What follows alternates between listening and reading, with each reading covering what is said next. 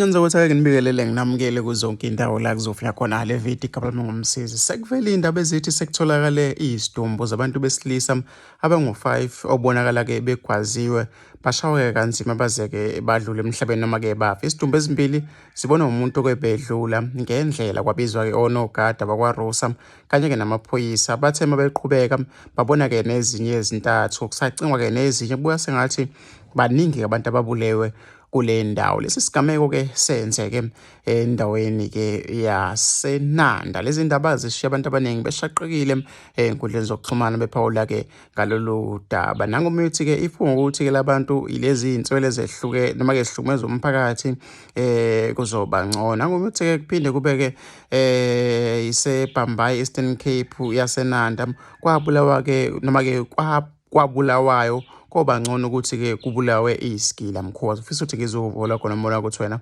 cabangani ngalolu daba hlangana lapha kwi-comment section.